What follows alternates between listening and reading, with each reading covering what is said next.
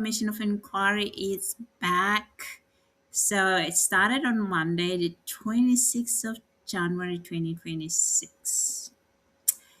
It started with a bombshell testimony by none other than Witness E. Yeah, this Witness E testimony, it's the one that sort of make my assumption, my theory about Senzo Mchunu, this Ramaphosa's cabinet. Uh, it's sort of aligned with what I thought was going on. It sort of provided some clarity around the event that led to the disbandment of PKTT. Now, Senzo Mchunu contacted a witness who is under witness protection, and the witness E has a highly restricted phone number. Now, the question that we need to ask ourselves, how did Senzo Mchunu get hold of witness E's highly restricted phone number? Now, let's listen to witness E explain all of this phone number, because that is relevant around this Senzo Mchunu's behavior. When you look at his behavior, so how did he get this number? Because this number, I know only Inspector General and close friends and people in law enforcement and close friend legal team have this phone number, and the people that have this phone number are highly monitored. Those people are known. Yo, that is Senzo Mchunu, a minister of police. I mean, police portfolio is like healthcare. They're very sensitive. They require people in that position to be at least former police officers. Not this. You're shocking. These allegations are shocking. Let's just get introduction from the man himself, Witness E, from Madlanga Commission of Inquiry. Back to your statement 5. Okay, thank you. Thank you. My interactions with the minister were initiated by him in the late December 2024. On paragraph 5, on Saturday, 7th December 2024, I received a call from a cell phone number that I won't mention. I received this call on my cell phone that I won't mention as well. The phone number of the incoming call reflected on my phone in my Truecaller app, that is S. Mchunu Home. When I answered the call, the person on the other end of the call said to me, "Do you know who you are talking to?" My response was that I have no idea who it was. Then the person responded by saying, "This is your commander, Minister of Police, Senzo Mchunu." I was surprised to receive a call from the minister, but at the same time, I was shocked and also excited that I received a call from a minister of police on this number, because of because my cell phone number was highly restricted. I'm saying this because outside of a closed cycle in the law enforcement, only few people have got my number, and the other people who might have my number or who does have my number is the Office of the Inspector General of Intelligence. Was this the same number you used before you went on witness protection? No. So Senzo Mchunu contacted Witness E. And the reason why he contacted Witness E, he wanted Witness E to provide him some details of people who would likely to be victim of PKTT. Okay, that was between the 6th and 7th of December. That's before that disbandment letter. The minister stated, the minister started pressurizing me regarding the PKTT. He asked me if I knew of any victims of the PKTT, or if I have any documents or reports that are damaging to the PKTT, and that if I have, I should send them to Kamogelo Mokgotsi. I informed him that I do not know of any victim of the PKTT because I have never worked with them. He then said I should look for the victims or evidence of people who were victimized by the PKTT, and should I find any, I should forward that information to Kamogelo Mokgotsi. He was trying to recruit me to testify in a manner that is favorable to him. And when I talk about the calls that are skyrocketing, it's because every time when there's a commission and then there's a witness that is testifying, sometimes he will call me maybe during tea time and say, hey, Wendot, we are Bugada. And then if I say, yes, I'm watching, he said, okay, Bugada. So he used to do that almost every day when there's a witness that is testifying with the matters that relates to case, and he used to call me and make those comments. So that is why I talk about skyrocketing. Thank you, witness. He was trying to recruit me. And then he also wanted some information that he could use to tarnish the image of the crime intel, specifically Dumusani, Khumalo, and Bheki Cele. In paragraph 6, it's when the minister said to me, he heard a lot about me and that I have an information about the killing of Mr. Senzo Mchunu and other ANC councillors in KZN. And he further said that to me, he heard that I have information about the SAPS crime intelligence officials who were involved in the planning and the killing of Mr. Senzo Mchunu. I then asked the minister, where did he get that information? But in his response, he said that will be the topic for another day. He did not reveal. Please continue. Thank you. Please continue from your In paragraph. In paragraph 7, he then asked me as to what happened leading to the killing of Senzo Mchunu. And I informed him about what happened. And in particular, he asked me, who are the SAPS officials who were involved in the planning and the killing? And I told him who are those officials and what was their role in the killing of Mchunu. And I did give him all the names of those officials, but even though legally, I think I might not be at liberty to disclose them in a public platform, but or in this forum. But I did give him all the names and who played what. So also, Witness E alleged that Senzo Mchunu wanted Witness E to change his affidavit at Madlanga Commission of Inquiry in favor of him, and also undermine the Madlanga Commission of Inquiry. To say Madlanga Commission of Inquiry did not want to hear from Witness E.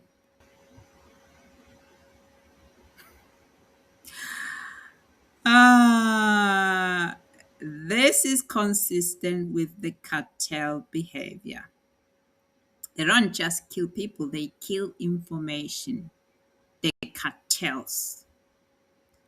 This one here. On this call, the minister directed me that the statement should state as follows, and I'm paraphrasing. He said paragraph 1 should read as follows. During 2017, crime intelligence bought unlicensed firearms and stolen cars through the Secret Service account, and these guns and cars were handed over to the hitman Jabulani Mdumbe, also an informer, and Sibusi Sonengwa, who were eventually hired to kill the ANC Youth League member, Mr. Senzo Mchunu. He said paragraph 2 should read as follows. In 2018, after the establishment of the PKTT, which is led by General Khumalo, the PKTT engaged with me and a statement was obtained and all details were given about the involvement of crime intelligence into the killing of Senzo Mchunu. Paragraph 3 should read as follows. From 2018, after the establishment of the PKTT, General Khumalo was heading the PKTT.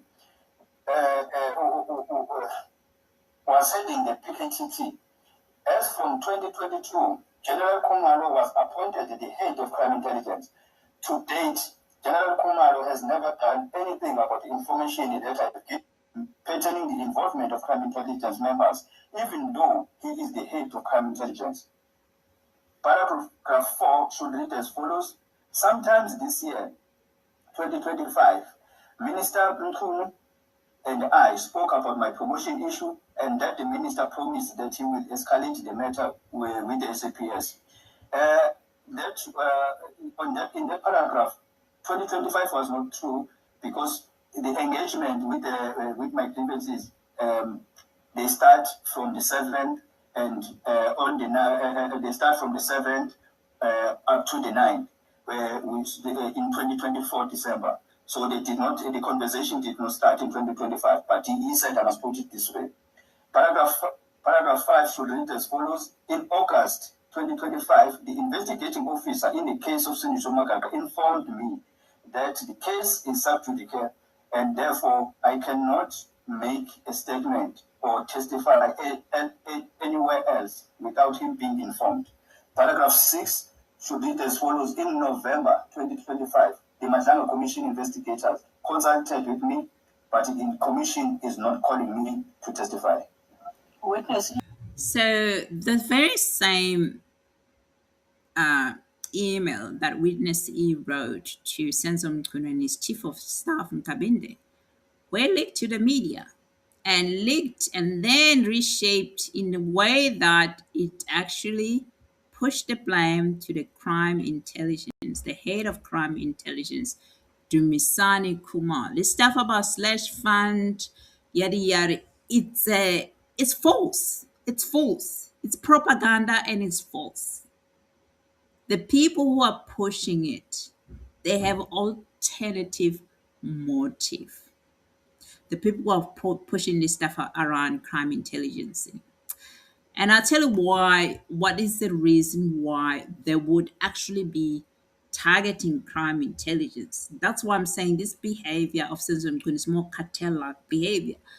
Okay. Yeah, because really, the people, the biggest threat to the cartels, it's not violence, it's people who hold information. All right? People who hold timeline, messages, records. People like Lieutenant General Dumusani Khumalo, because they destabilize power simply by existing.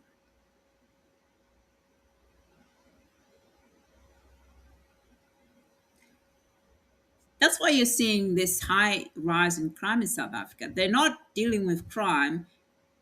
No, they're attacking people who are solving the crime. People like Lieutenant General Dumusani Khumalo.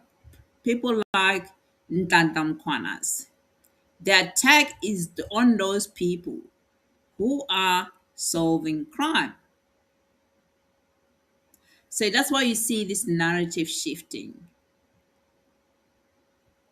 They, starting to, sort of allege, oh no, he's not credible, he doesn't have qualification, and starting to redirect attention. And this whole thing is about control.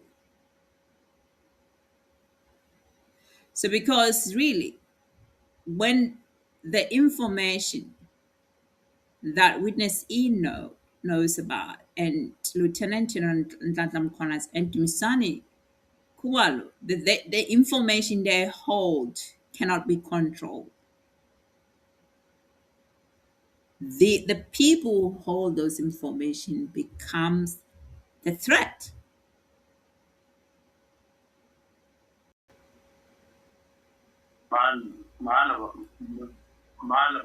Hello? Hello? Yes. Mana. Ukalili ukatile manje noma weqedile. Angakaqedi angithi ngifuna. Now, can you translate what is said by the other voice? The other person is the minister. Witness, you wait. Please identify the other voice and then translate. Thank you, Chair. The other person who's responding is Minister Mchunu. He says, "Mana, mana." It means wait. Have you finished writing? He says, "Mana, mana, mana." Supalil kredile. Wait. Have you finished writing? Okay, we're going to play the next portion.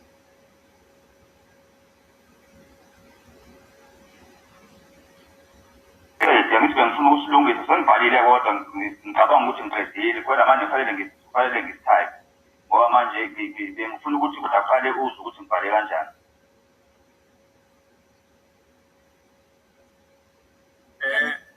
Witness, can you identify firstly who's talking and then you translate for us?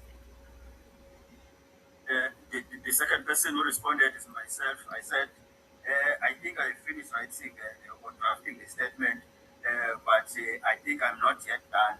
I just wanted to confirm it with you so that you can see, so that you know what has been written or what I've written in the statement. Okay, thank you.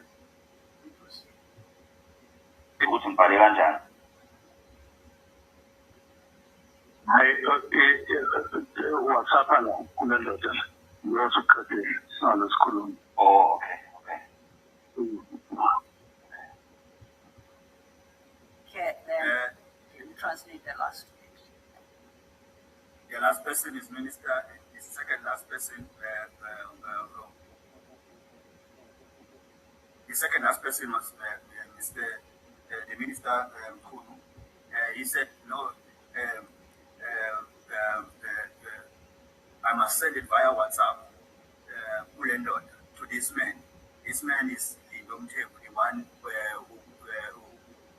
who stays with him in the house, and he was using his number. He said, just WhatsApp it, just write it, just draft the statement and finish and send it on WhatsApp to this man in Domtem. We must not keep on talking. And then I said, okay. Yes, they don't seek the truth. They seek aligned testimony. So he contacted these witnesses just to have a testimony that would align with his narrative. To script the statements, just like the publication of the Sunday World, to demand loyalty,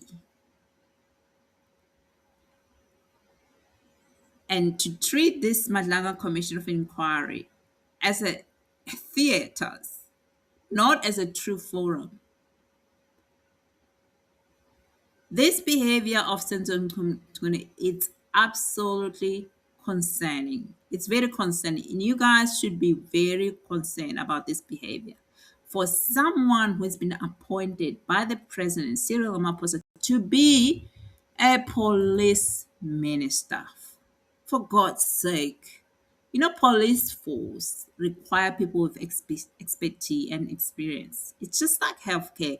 You just cannot put every Tom, Dick, and Harry there to be in that role. They need to have competence. They need to have qualifications, skills, and competency. Last thing is competency.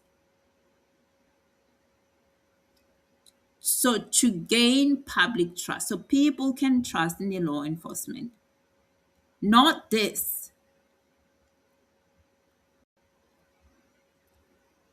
Yeah, if these allegations are accurate, they strongly align with the cartel-style witness management information control behavior, particularly those used by criminal organizations to neutralize accountability without overt violence.